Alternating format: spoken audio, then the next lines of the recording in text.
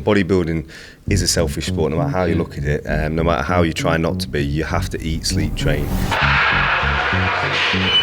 I was at the tip of winning Olympia in 2017 and then tore the labrum in my hip, had 3 hip surgeries, 6 months on crutches, watching all the guys I was beating like Brandon Hendrickson, all getting bigger and bigger and bigger. Unfortunately, I've got some bad news that I have now got to have another hip operation. Hop along, here comes hop along. For the 2024 Olympia, who was the runner-up? Ali Bilal. Right. We've seen reports that he was online talking a little sauce. You have anything to say about that? You don't have to respond. No. At the end of the day, athletes are very different and they need clout or hype in certain ways. For me, I'm not built like that. I'm somebody who likes to do my talking on stage. I'm a grown man and I'm a husband, I've got 2 kids. The only thing I'll say is it's unleashed a whole new level of my training and my determination, my grit, because it's now giving me more purpose. So I've never felt as good as I have this close to a show before, to Olympia. So I definitely feel it's helped me, whether that was his intention or not. But I can assure you he won't be beating me in 6 weeks' time. That's all I will say. The white beater. Yeah. Is that what you guys call them? Vests? Yeah, vests. We call them tanks. tank tops. Yeah, tank tops, yeah. Rib tanks by Gymshark. That's Wife right, beaters or I call them wife lovers. Oh, okay. Yeah. or Nice. in Jersey you'd call them guinea tees too. Guinea tees? Guinea tees. Never heard Yeah, that. I don't know what that means, but maybe it's like an Italian thing or something. okay. I'm not really sure. Fair enough. But you want to intro us in, Brodie? It's rolling. Yeah, we got All a right, guys, we're going to special get guest. straight into it because we're a little pressed for time. What's going on, guys? Welcome back to Think With a Pump, where we get the pump and then we pod. But there's no pump today, but we'll get one after. But you want to go ahead and introduce our guest, Luke? Yes, sir. We have the honor to have Ryan Terry. Is it thank you. 2 times men's physique Mr. Olympia That is correct, yes. and Can't 3 believe you said times that, yeah. Arnold Classic? That's correct, yeah. That's Doing your super. homework. Yeah, I did my homework a little bit. I mean, I was Thank you for aware having of you, and I definitely have been following you for a long time. I appreciate that, Just thanks. because I know you've been around for a little bit. For a very long time. No, you look great, man. You look appreciate great. that, thank you. And you're how many weeks out right now? So we're 6 weeks out from the Olympia. So 6 weeks right now. We've got to get that 3P in 6 weeks. So Yes, we're, sir. we're in a good spot. Yeah. Well, we appreciate it. 6 weeks out. How are you feeling? Yeah, we're actually currently in London for our audio listeners and anyone that's listening right now. We're in London for the Gymshark Lift London event, and you just had like a 3-hour meet and greet during all this. Yeah, it's definitely getting harder as I've got older. I think Yeah. when I was a bit younger, because I've been doing these meet and greets for 16 years now, so it's a long time. Yeah, it's great. I've been with Gymshark 10 years this February, so a long time. But I love it, and to be fair, people kept saying to me today is that, how are you stood here doing this? But it's the opposite for me. I get a lot of motivation from it, inspiration. So now I'm starting to crash. You know, when you get back to the hotel before you go and train, I'm thinking, I could just go to sleep now. But it's been a great day. Yeah. Definitely. And you have plans after this to go train? Yes, Train with yeah. Sam Solik, how you feeling? Yeah, I feel good. He's wanted to do hamstrings though, so I know hamstrings is a bit of a random one for me on a Saturday night. So I'm not sure if that's going to be on the cards. But I've got quite a strict regime now, routine. Obviously, I can't really compromise and non-negotiables at this stage. So Right, that's true. we'll How see. much could something like that throw off? I don't like think, a bodybuilder at this caliber. I don't think necessarily it would throw you off. I think just more when you're in a prep, or it's all about consistency and day in, day out, ticking boxes. And when you prepare each day your food, you know what you're going to train for that day, and there's a lot that goes into it mindset wise. And I know that sounds a bit silly, but I've prepped all day in my head and I'm hitting back. So to then just try and switch it up and do something else would be a bit alien to me. And so in terms of like effectiveness and expenditure, probably the same. It's a big muscle part. It effectively would be the same, but in my head, I've been training back all day. I know what I want to do. Right. Well, he's a competitor. He gets it. You should be like, Sam, we're heading back. Yeah. We're doing back. Yeah. He would understand. Yeah. No, I mean, I'm the same way, and I'm not 6 weeks out of Mr. Olympia and or prepping right now. To be honest though, I've only recently, again, this might be coming with age, but I've only recently started to feel like that. Before I was a yes man, so I'd always fit in with everybody else's plans, and I trained with like super heavyweight bodybuilders all my life, so I was always the little young boy against the super heavyweights, the Mr. Universe open class bodybuilders. So I kind of did as I was told for many years. But like now, the past 2 or 3 years, I like my routine. I like how I train, and I kind of just selfishly do that now. Yeah. So. Do you have a coach still? I don't know. Oh, I've coached nice. myself for the last 4 years. So training, nutrition. I've just recently started training with someone. Again, I said I had a training partner I've been training 22 years. I had a training partner for 17 of those years. But the last few years, I've just enjoyed being in my zone, in my head, doing what I want to do when I want to do. And I've got 2 kids now, which changes the landscape massively. When you have children, it doesn't become me, myself and I anymore. I have to fit around their lifestyle. So things had to change quite a bit as I've got older. Yeah, me, myself, and us. Yeah, exactly. What kind of transitions did you have to face during that, like having kids now, being a father? So massively, just what I said there, selfishly, it can't be about me anymore. Bodybuilding is a selfish sport, no matter how you look at it, and no matter how you try not to be, you have to eat, sleep, train, and those things get prioritised. But when you've got 2 children who, their life depends on you, things do change, so you have to fit to their schedule. And that was very difficult at first, and it definitely makes prep 10 times harder. Like there's things which people don't see on the outside, which, for instance, this past week, my wife was on a bachelorette party, we call it Hendu in the UK, in Mykonos, Greece, so she's away with the girls. We don't have much outside help, so I had my 5-year-old and my 2-year-old, they're off school, so I'm literally trying to prep, getting up at 4 o'clock in the morning before they wake up, putting the monitors in their room, so I'm training in my home gym until they wake up, and then I get them obviously all day trying to entertain them, put them to bed after you've bathed, fed them all day and whatever then you start to train again in the evening when they're asleep. So they're the things which, when you're a single man, you don't even have to worry about that. You can train whenever you want, sleep whenever you want, have a power nap in the day if you need it. So I miss those days, but that's not real life anymore for me. Absolutely not. Now, when you had your kids, is it true that you get dad strength, or that's just it is 100%? Okay. Yeah, there's a different meaning on like perspective in life, and that's across all parts of your life. It's not just about bodybuilding and competing, but it's this like protective, like animal instinct, where these are your babies, and you'll do anything to protect them, and that mindset of wanting to provide for them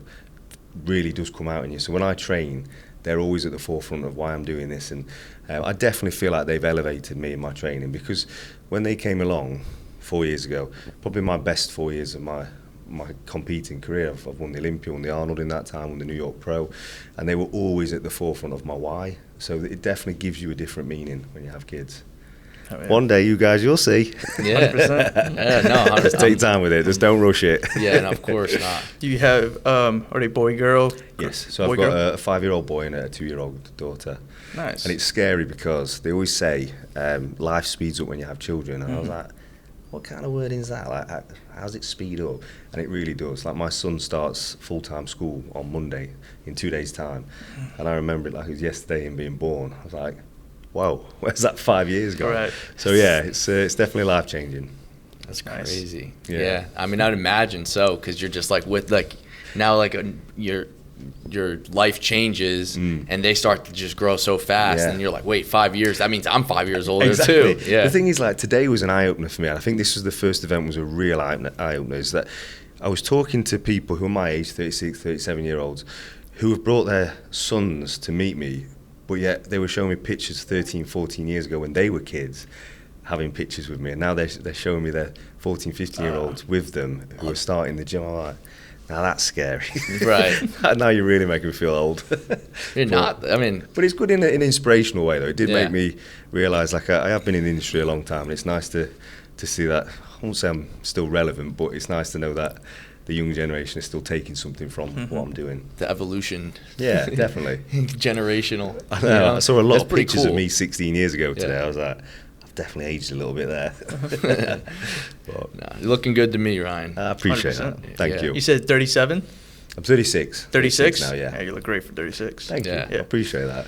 Now, what? I mean, he better look great for Mr. Olympia, man. I think he looks the best in the world. 100%. Yeah, thank you. But when it comes to the kids, would you like them to take up the sport of bodybuilding, or you don't care? That is a good question. As I wouldn't mind it as long as they get in it for the right reasons. So I think my way of getting into it was probably for the wrong reason. So mine came from like a negative standpoint on the way I looked, from like body dysmorphia as a child. So I would never want my kids to ever feel like that. So I want them to be very confident growing up. So however that is, and I know the pressures of social media now is very different, but if they get into it because for the love of the sport, they're confident in their own skin and they want to push and pursue it that way, 100%, I'll follow them. But I'd like them, not to go in the way I did.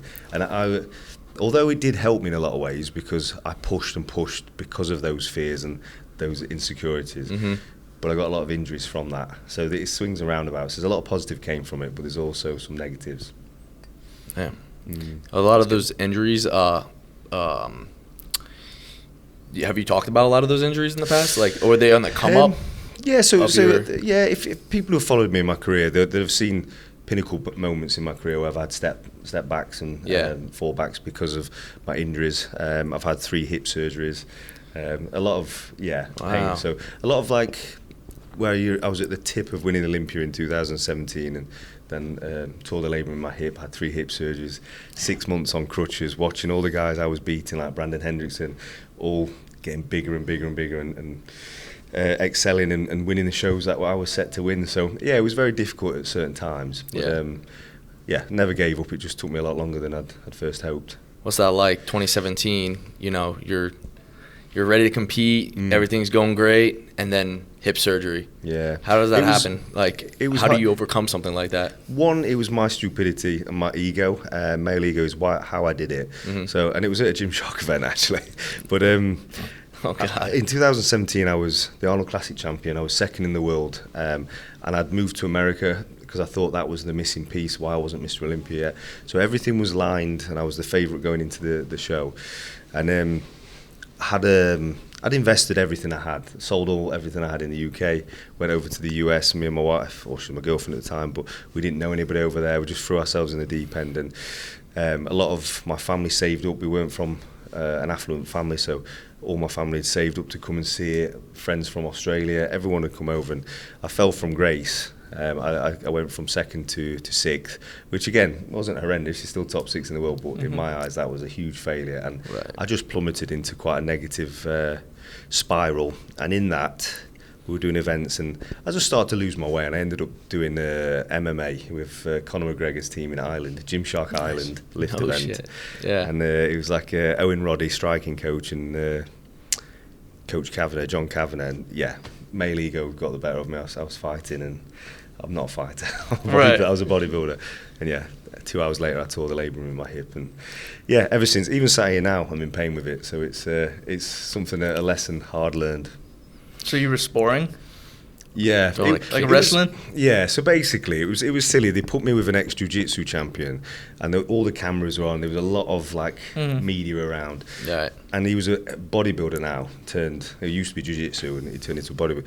And he wanted to show me up, and I could see that. And my competitive side of my male ego was not going to allow that, and we ended up getting a bit too heated, a bit scrappy, and it just got messy. Oh, man. That's just that's how it is with guys. You can't have a friendly Always match. take it too far. Someone pushes a little harder, then you a bus slip and a It's bus funny hit. because everybody we had on in there, we talked about their injuries. Like Kyle, Flex Lewis. Yeah. All the injuries were not in the gym. Yeah, it's crazy. Yeah. I broke my nose the year later at a Gymshark event. Again. Yeah. Tomorrow. Chill out. Yeah. That's why, so my wife, she says that every time I go to an event, she says, you know what to do. I was like, I know. And that's why you see me being that boring guy in the corner. Because if I ever get involved in the athlete day or anything, I'm that guy who gets injured. Yeah. So I was like, no, I'm done. That's got to be tough. I have to wrap me up in bubble wrap. It's got to be so tough knowing like it stemmed from something not even in the sport that you're training for. Is that harder? Is that is that more annoying? Yeah, I think obviously the injuries are underlying, and I think that it just brings it out when you do silly things when you're not prepared for it. I think most of the damage is done in the gym, but because you know what's coming, the lift's coming, you kind of prepare yourself for that. But when you're doing silly things like sparring or whatever I was doing, your body's not ready for that, and obviously that's where it shows my weaknesses. Right. But it's hard because I always say, not this time. And 10 minutes later, I've done it. Right. So it happens. I tore my pec. There it is. Yeah. I know what it's like. Nah, it's just kind of like a funny thing I always mention. I did dare it, but Okay. I had to make sure I mentioned it on this one, fair even play. though we don't have a lot of time. It's an ongoing meme. Oh, is it? but We don't Okay. have time to go into it. All right, sorry, okay. They already know about it, so it's all good. Right. I'll tell you another time. All right, thanks. But I assume your wife is very supportive of it, or Yeah, no, she's amazing. Okay. She's Yeah. incredible. So we've been together 10 years now. So she's the very first Olympia. I've actually met her just before. I turned pro and I just met her. So she's been there from the start, and she was in like a law firm, solicitor, so completely out of the sports world, and she was very shy, very untoward, very different to my world. So it was lovely, a breath of fresh air to meet her in a different world. But she's been incredible, supportive. She's travelled all over the world with me. We lived in America, so like I say, she moved her life over there with me. So I'm at that stage in my life now where I need to kind of stop being as selfish. I need to support her a little bit more. So we're in that process at the minute. Because I'm trying to push to move to Dubai, if I'm honest. I've got my next thing, like, right, I want to move now. Where she's finally saying after 10 years together, maybe not. She's always just said yes to everything, but now it's like, maybe not. Ooh, don't like that. how come Dubai? I think because since I've had my daughter, which is really bad to say that because I love my son just as much, but Right. I think this protectiveness comes out of you when you have a daughter. And since I've had my daughter, I'm very aware of where the UK's heading. And it's getting quite a dangerous place now. And Dubai is classed as the safest place in the world. And I want to have more family time and the life I've created in the UK. And I'm very grateful for it, all the opportunities I've had. But I've got 5 businesses here, and I literally, I'm 7 days a week working, and it's just so hectic. And you know, you just feel like after this Olympia, I'd love to just, I don't know, a new adventure, start again and try to focus on, because we're governed by the weather out in here in the UK, so it rains nearly every day, so it's not as simple as saying, oh, do you want to go to the beach today, or do you want to go and do something? It's always, what can we do, because it's raining or snowing or sleeting. So I'd love to just be able to, just have a lot more family time, if I'm honest. For some reason, Dubai seems to be that place. Yeah, I that's can't awesome. imagine living in a desert, to be honest, but Right. yeah, we'll see. When you were living in the States, where were you at? So I lived in Boca Raton. So Okay. just up from Fort Lauderdale. Right. So I- you missed I loved that it. the sunny weather? I would be there tomorrow. America's like my second home. The moment I land in America, my wife says it. She goes, you're unbelievable. You're a different person. Like, it's just my home from home. But we had a few unfortunate things happen when we got there. So this was 2017. But do you remember Hurricane Irma, Category 5, one of the worst hurricanes to hit the East Coast? We were there, literally. This hurricane was coming at us. We'd just got this condo on the beach. It was stunning, and we'd only been there 3 or 4 weeks. And obviously, we're the UK. We don't see that type of weather. Yeah. So, and it was just chaos, absolute chaos. You know, everyone trying to just get out of there. Everyone was like looting supermarkets, and it was just meddling. And we was like, wow. God. And then we were looking at some private schools for the kids, mass shooting. And my wife's like, I'm not bringing kids over here. I was like, no, my dream's over. I was literally going to ask, why wouldn't you want to move to the U.S.? And you said the school shooting. I'm like, you know what? We do have those. We do have those. Yeah, I was gutted because that was always my dream. And before I'd met my wife, I'd just got my green card into America. So I'd got my way in there. But you make sacrifices in life. Yep.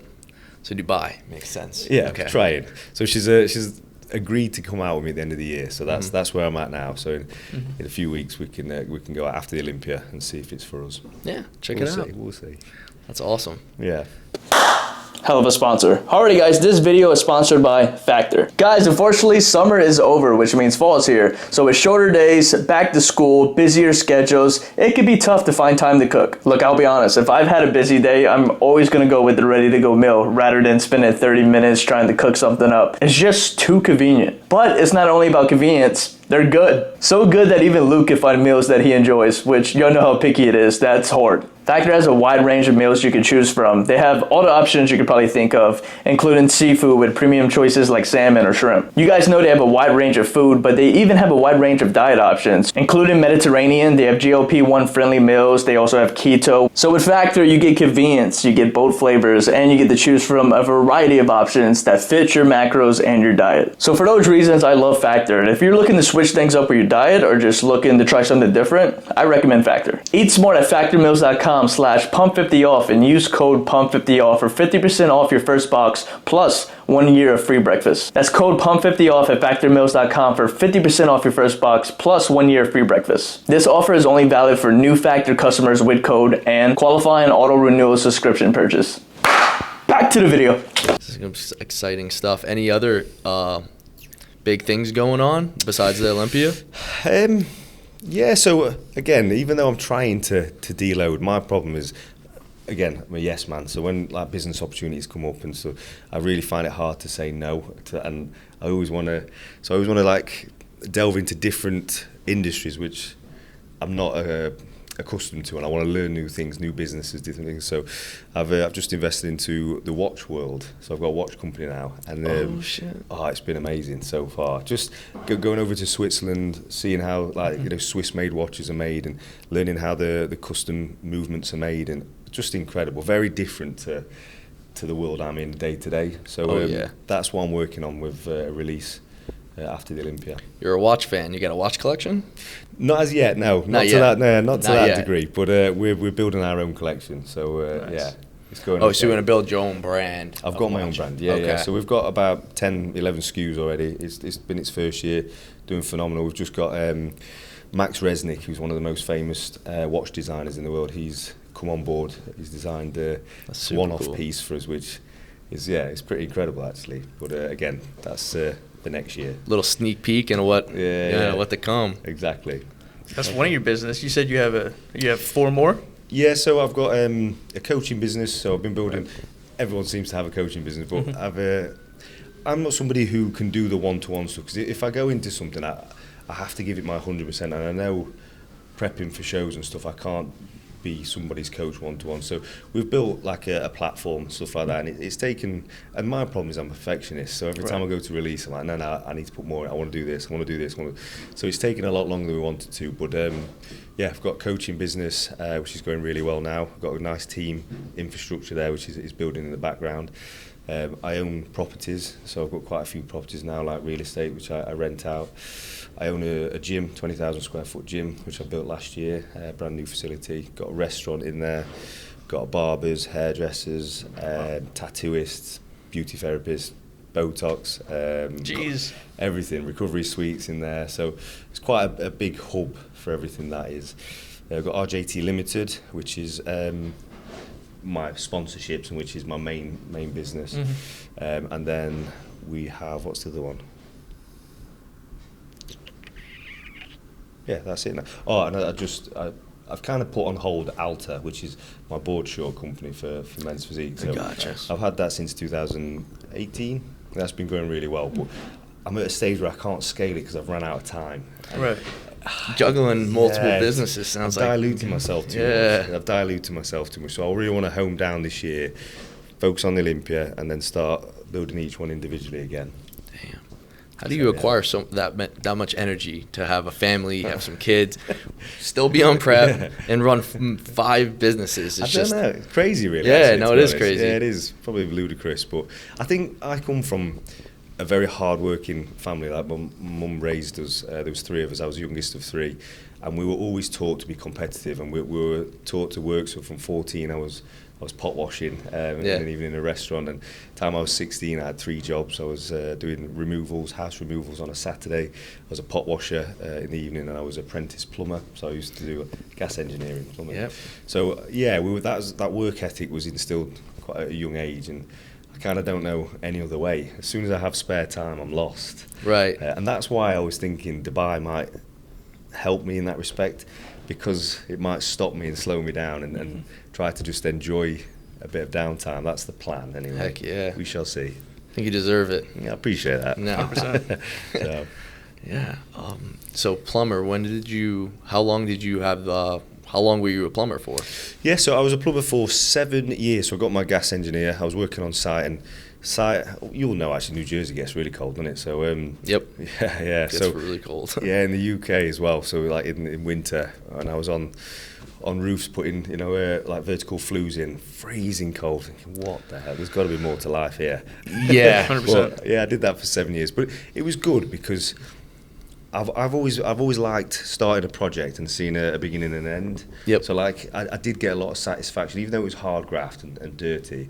I did used to enjoy starting a project at the start of the week, and then walking away if something's being fixed. So if you put new central heating in, you put a new bathroom in, a sense of accomplishment there was, I did enjoy that. Absolutely. Yeah. Nah, I can relate because I did HVAC for a while. Yeah. I'd hang Nice. ductwork and stuff like that. And I was like, I clock out at the same time no matter what, pretty much. Yeah. But like, if I was putting together something and they were like, oh, that went on wrong, we have to take it back down. Perfectionist. I was like, I love the finished product. Yeah. I loved finishing it and seeing it. Yeah, but I yeah. hated backtracking. Yes, yeah. Backtracking That's so was the true. I worst. was the same. Yeah, I could always keep going forward. Didn't care how much work I had, but I never wanted to go backwards to go forward again. Nope.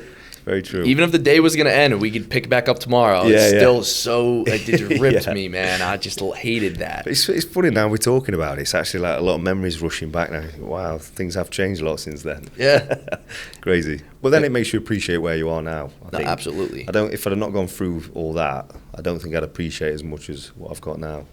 Yeah. So, 100%. Yeah. The dirty work, definitely. and I think that's why a lot of people say, why do you, and again, my wife is, when's enough? Like, we're comfortable now, you don't have to worry about like financially and stuff. But for me, I remember where got made redundant, I had a house, I had a mortgage, and I was like, all I had to find equivalent to $400 a month, but I had no income. So I'm like sleeping on the floor thinking, how am I going to pay for this $400? So those are the times where now, when I have all these opportunities, and I'm like, that type of money would have taken me 10 years as a plumber to earn. I'm not missing up on that opportunity, and you've got to make hay while the sun shines. And that attitude and that mentality is what's driven me a lot. Perspective. This past few years. Yeah, no, that's awesome. Yeah. Speaking of wins, when is it enough, essentially? Bodybuilding, what's your goal? Like, you want to have a certain amount of titles? Is it when you just feel like it's enough, or? Yeah, that's so hard, that is. So in my bodybuilding career, it was never just random. I never just picked a show and just thought, I want to do that show. There was always meaning behind every show I ever did. So I remember starting out and nobody was a pro from the UK. So that was my main goal. I wanted to be the first ever men's physique pro from the UK. When I achieved that, it was like, no one's pro from Europe. I want to be the first men's physique pro from Europe. And that's how I started. So once I got that title, it was like, I want to be the first Arnold Classic champion, the first British champion. So I was ticking off these titles. And when I got turned pro, and obviously the US, I started to look at, right, what's the most prestigious show? What's like a level entry show? And then we work our way up. And I made a list of shows. So I went for Culver City Muscle Contest show, which was like a level entry kind of show. And then I worked my way up to Pittsburgh, to New York, the Arnold Classics, and then obviously Olympia. And all the while I was thinking of the next thing. And once I'd achieved that title, I never had that desire to go again. So people say, why don't you win it again? 2 times New York champion. I've done that now. I've achieved it. I've ticked it. I need to go to the next thing. So people will say, why are you training so long? Or why have you been competing for so long?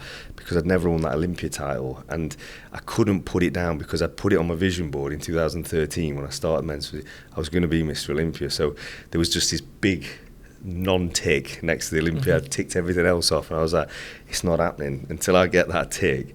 And that's what just kept going, and I was always fearful that when I won the Olympia, how would I go again? Because I've never wanted to do the same show twice. I've never had that motivation to try and win the same title. So that was a whole new, thing I had to overcome. Once I'd won the title, I was like, shit, how do I get myself out of bed now to go again? But I then sound a bit silly, but a bit like Michael Jordan does. I resonated so much that way. You start playing games in your head like, he said that about you, they don't believe in you. Like these type of games in order to, right, I'll prove you wrong. What, nobody believes I can win it again, right? And I've been doing that ever since, really. But so there's no ultimate goal. The only thing I've got a chip on my shoulder about now, I've found the narrative to keep going, is I'm not the greatest ever. I wanted to retire as undoubtedly the greatest ever. And Jeremy Buendia has got 4 Olympia titles, and he's always classed as the pinnacle of men's physique. He's always been classed as the OG, as the pioneer of men's physique. And for me, that's another narrative now. Right, I'm chasing somebody. I've got another thing to work towards.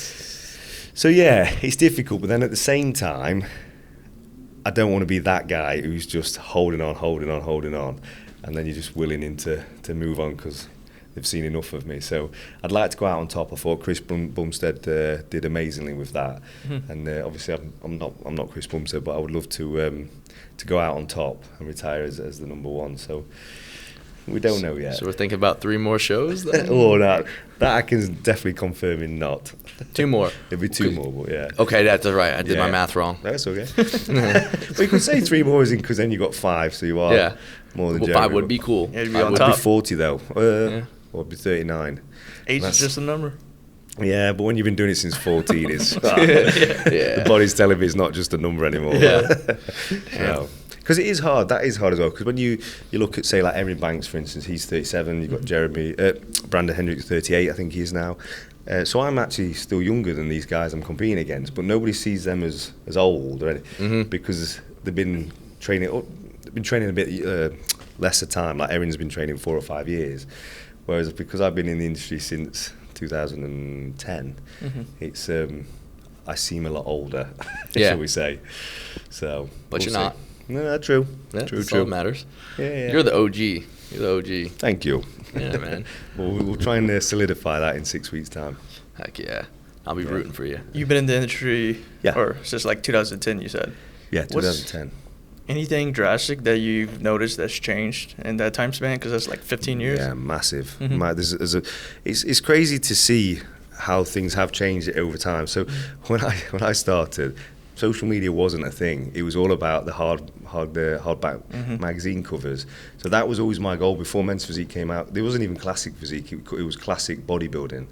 And my goal was to try and get a front cover, because in the UK, Muscle and Fitness was huge and Flex was, but they only ever used US athletes. So I saw that as a challenge. I was like, right, I want to be the first ever UK guy in over 10 years to make a cover in Muscle and Fitness. So I was always like testing myself, trying to do these things, but so I ended up getting like 40 odd front covers, and now most people don't even know there was magazines back then. It was all, they just introduced to social media and Facebook and Instagram, whatever. So that's a big shift in change, and the fact that everybody seems to know you on a personal level because they watch you every day on social media, whereas the early days, they used to have to queue 6-7 hours queue just to say hello to you or to meet you in person, whereas now people feel they're in the front living room with you and your bezies. So that's a big change. Obviously, when I first came as well into the industry, bodybuilding open class, it was all bodybuilding hardcore over baggy, even the pumper pants with the vest and stuff.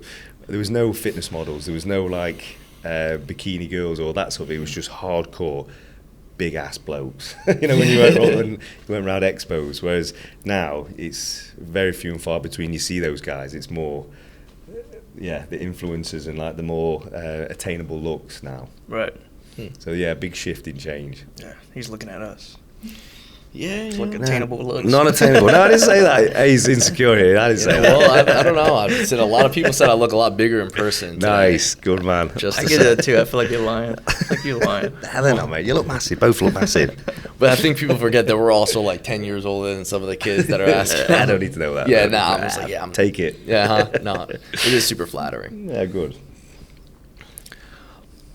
But yeah, so you were in the industry before Gymshark was even a thing, huh? I was, yes. So I was in the industry, before obviously that came about. And I remember when they launched in 2012 and they approached me and stuff. And I'll be honest, Gymshark was very different. Do you remember like the Jeff Side type looks with the tight vests? We used to pull them over one side and the tight joggers.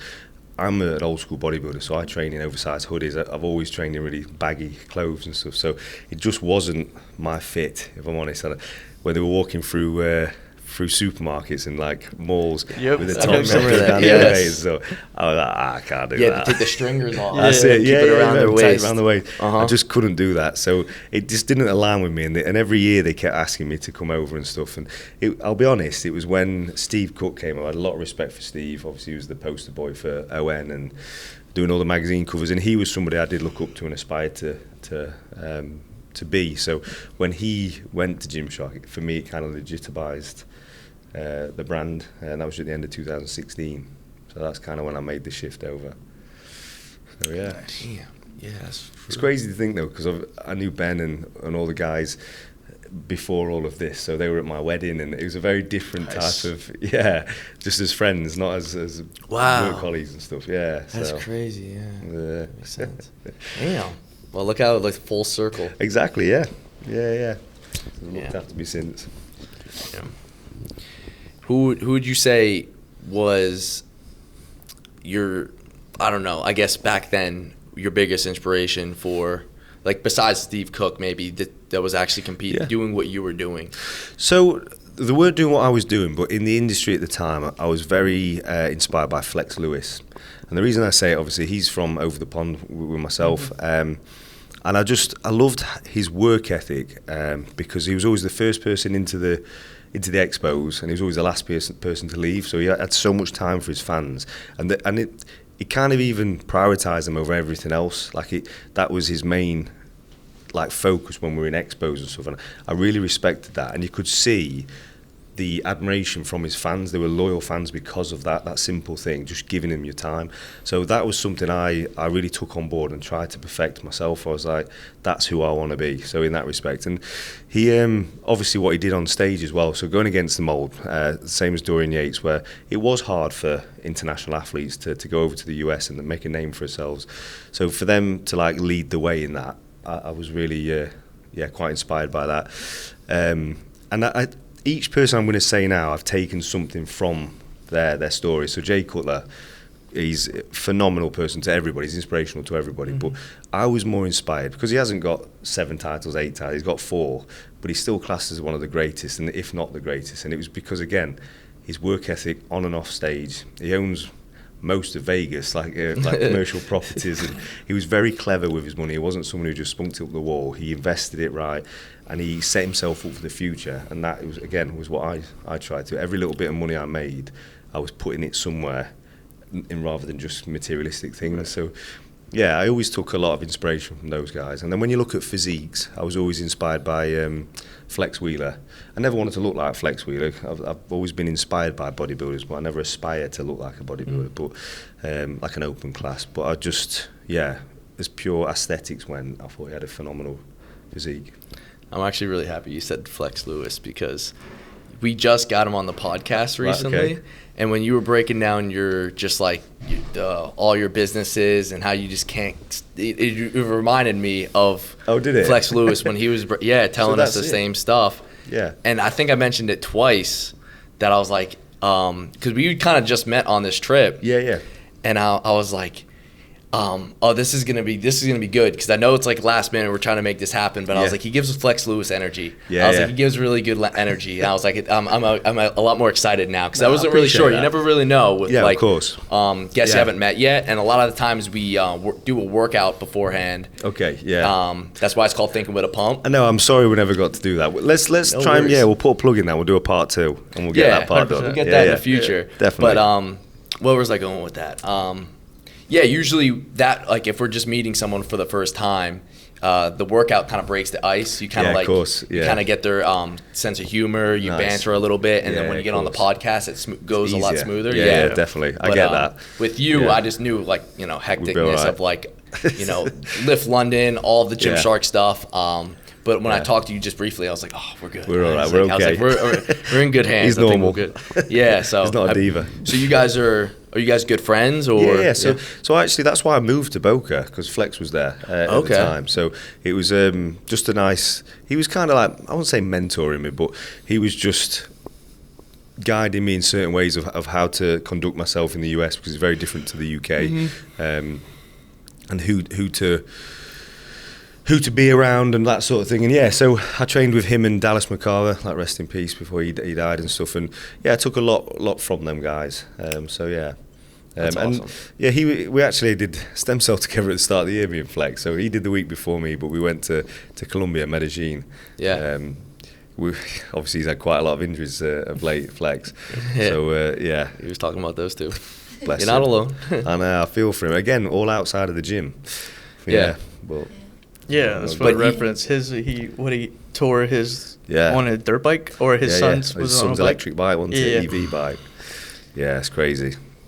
On Mine's vacation not. too, right? Yeah. not good. But it's hard though, because like even with Chris Bumstead and stuff, like the injuries have all come after competing. Like I think when your body just starts to relax and shut down when it's been so intense and so meaningful for so long, to then try and back off and just do normal things. Yes. Whoa, not ready for this. Right. Kind of shuts down a little bit. So that's my excuse why I'm still going. Right. I don't want to shut down yet. That's good. That's what Flex was saying about his arms. Like, well, I guess now that I got this injury, I could, slow down and focus somewhere else instead of going like driving myself nuts. Exactly. I just wished he'd told me about how hard it is to run a gym. Every bodybuilder, it's like, I want to own my own gym. I was very naive to that. Well, I built a nice place, but it's one hell of a beast to run. Well, yours sounds like it's a mall. Yeah. I was gonna say yours a little bit over a shopping center. Yeah, there's a few moving parts in there. Got a barber shop, got a restaurant. I mean, those are businesses in themselves. Yeah, they're separate businesses. Yeah, definitely. Yeah. 100%. So what is that called? I didn't know you own a gym. Yeah, no, RT Fit. Fit. So it's in the north, so it's more, I'll say, like northern, an hour and a half from London. But yeah, we've built an amazing community. The problem I had was, again, wanted to build this business. I thought naively I could just step back and let it run itself, but the one mistake I made was I put RT Fit over the door, so everybody knows it's Ryan Terry Fit. So anything that goes wrong, it's Ryan Terry's fault. Anything that's good, it's Ryan Terry. But there's a lot of moving parts, and like I say, all my businesses fit around my family and my kids. I've been very fortunate. It's been intentional, but everything's fitted around my family, whereas that doesn't. Everything fits around that. So it's been a hard year in its first year, but definitely in a place now where I've got an operations manager, general manager. So there's a lot of layers now before it gets to me. So although I'm a perfectionist and I go in, it's like it's not a speck of dust out of place, it's not a plate out of place. Right. I have to try and switch off sometimes. Yeah. That could be good. Tough. You'll have to come up one day. I think no, absolutely. Gymshark. We'll have to get like an event there. We did some at the start of the year, but we'll have to do something. I think they were mentioning it this past weekend, so we'll have to get something sorted. Big lift in there. Yeah, that'd be cool. That's when we can get the pump. Yeah, exactly. How far is that from here? It's about an hour and a half on a train direct, so it's easy enough. Right. But from Birmingham, so from the HQ Gymshark, it's about an hour, so it's not too bad. Nice. Yeah. All right, I want to do a little game as we come to a conclusion. Okay. Or concluding this podcast, because I know you said you don't have that much time. Yeah, I apologize, guys. But I want to do. No, it's all good. We appreciate it. We understand. I want you to rate this blindly from 1 to 5. Terrible, these sort of things. Yeah, so like 1 being the best, 5 being the worst, and I think they're all good things. Okay. But you just got to blindly rate them. When you won your first men's physique UK national show in 2013, where would you rank that out of 1 to 5, based off just knowing everything's going to be good? So 1 being the worst, 5 being the best. You gotta give them the. I think You can't say it again. So if you put 1 as 1, that's the best, but something else could be better. Yes. So Okay. in your mind, think like, okay, if it's going to be Right, okay. level 3, think it could be better. Okay. But he could also say it's something bad. So, okay, 2013, which show was it in 2013? Your first men's physique UK national show. UK National. 2. Okay, throw it in the go 2. 2. Yeah. Okay, that's good. Actually. Yeah, that means it's good. When you won your first Mr. Olympia in 2023.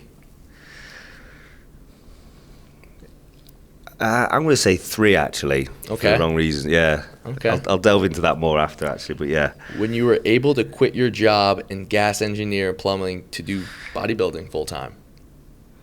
Yeah, it's got to be a 4 then, hasn't it now? Yeah, because that was career changing for me, because it was from my job, it became the hobby. My job became what my hobby was, and that life felt fulfilled. It didn't feel like a job. It didn't feel like a 9 to 5. It was like I was getting good money, which I'd never even dreamt of doing something I would have done anyway, which I loved. So yeah, That's very awesome. good. Okay. When you won your second title in 2025. That's a 5. That's the best so far. That's the best? That's the best. So 5 is the best in your head? Yeah. Okay. Yeah, 5 is the best in my head, yeah. Okay. Yeah. Then the last one was today when you made it on the Thinking with a Pump podcast.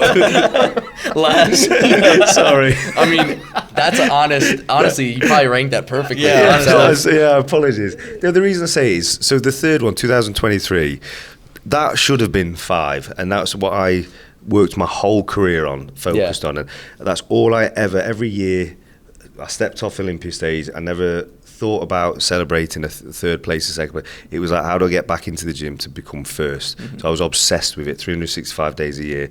I was never present. So when I won in 2023, I had so many aspirations of winning the title, doing so much with it, you know, like being able to change the division, change the sports world, and just immerse myself in being Mr. Olympia. But because of what I did at the time, I was building the Ryan Terry British Championships, which was the British final, like our nationals. It was a huge show.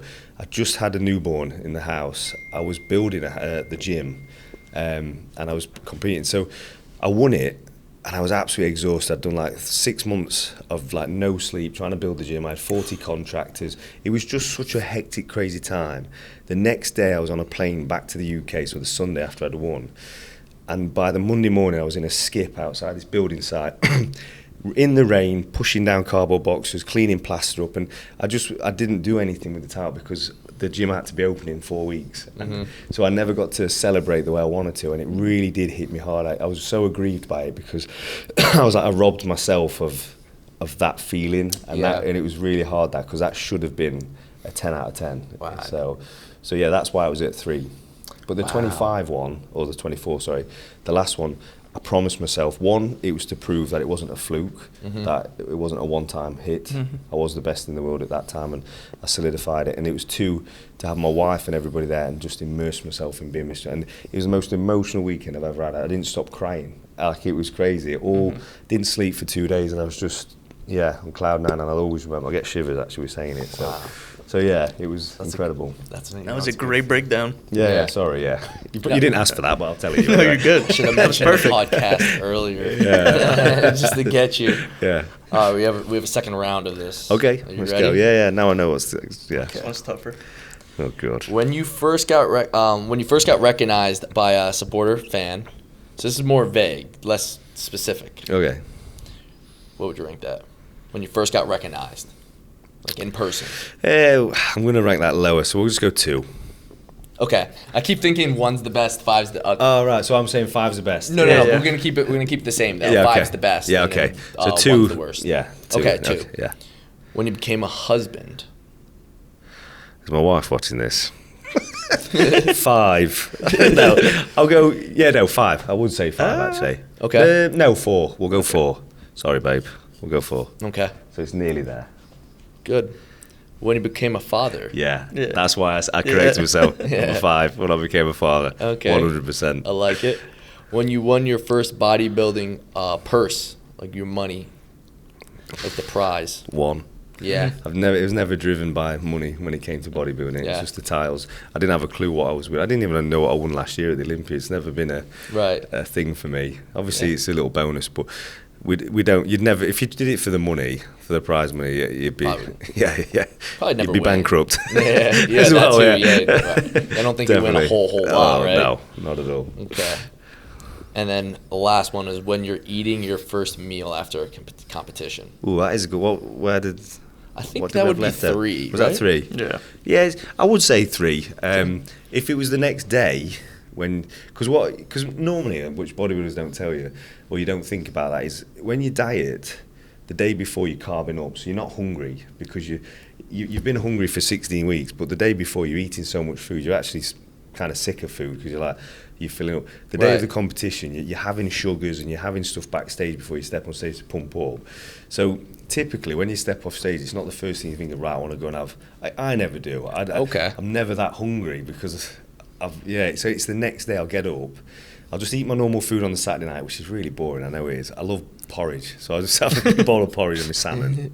But then the next day I'll go for a walk fasted. I'll get back into my routine just to get that hunger level up, and those cravings you had the 4 weeks before of that hunger and can't wait to eat something I really want. Right. And I get that up, and then we go to Cheesecake Factory at 12 o'clock.